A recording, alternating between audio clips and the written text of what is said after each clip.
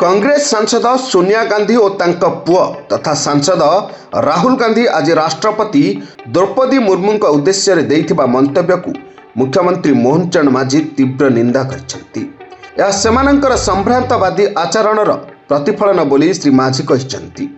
एभली आचरण करिबा ओडिशार पूरा सांताली जनजाति को अपमान, लोके याकू ग्रहण करिवे नाही। कांग्रेस एथिपाई क्षमा प्रार्थना करिबा दरकार। राष्ट्रपति हेउछंती आम देशर प्रथम नागरिक, तांको विरोध में एभली मंतव्य देवा उचित नुहे।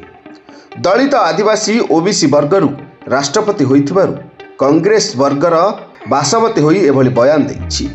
सोनिया गांधी निजकु राष्ट्र ठारू ऊर्ध्वरे, संविधान ठारू ऊर्ध्वरे बोली चिंता करुछंती। सेहीपरि संसदीय व्यापार मंत्री मुकेश महालिंग मध्य सोनिया और राहुल का मंतव्य को तीव्र निंदा करिछंती। से कहिछंती सभ्य समाज रे यह ग्रहणीय नुहे। संसदीय व्यापार मंत्री भाव में मुझे दृढ़ निंदा करुछि। सोनिया गांधी तांकर भूल पाई भारतवासी पाखरे क्षमा प्रार्थना करंतु।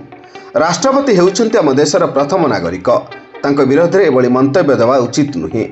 दलित आदिवासी ओबीसी वर्गर राष्ट्रपति होइथिबारु कांग्रेस गर्वर बसवती होई एभली बयान देछि। सोनिया गांधी निजको राष्ट्र ठार ऊर्ध्वरे, संविधान ठार ऊर्ध्वरे बोली चिंता करुछंती। राष्ट्रपति उद्देश्य सोनिया गांधी मंतव्य को नहीं चारिआडे प्रतिवाद होउछि। से देइथिबा मंतव्य विवादीय मंतव्य और अशोभनीय बोली कहवा सांगकु विरोधी बीजेपी महिला मोर्चा करिछि। आज भुवनेश्वर में मास्टर कैंटीन बीजेपी महिला मोर्चा पक्षरु विरोध प्रदर्शन करा जाइछि।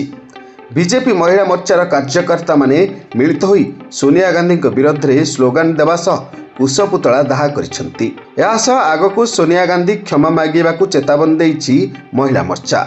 जदि सोनिया गांधी क्षमा न मागंती आगामी दिन में महिला मोर्चा आहुरी तीव्र प्रतिवाद करिवे बोली कहिसेंती नेत्री सुभाषिनी पृष्टि और मानसी मंजरी राय पाढ़ी। Report Durga TV.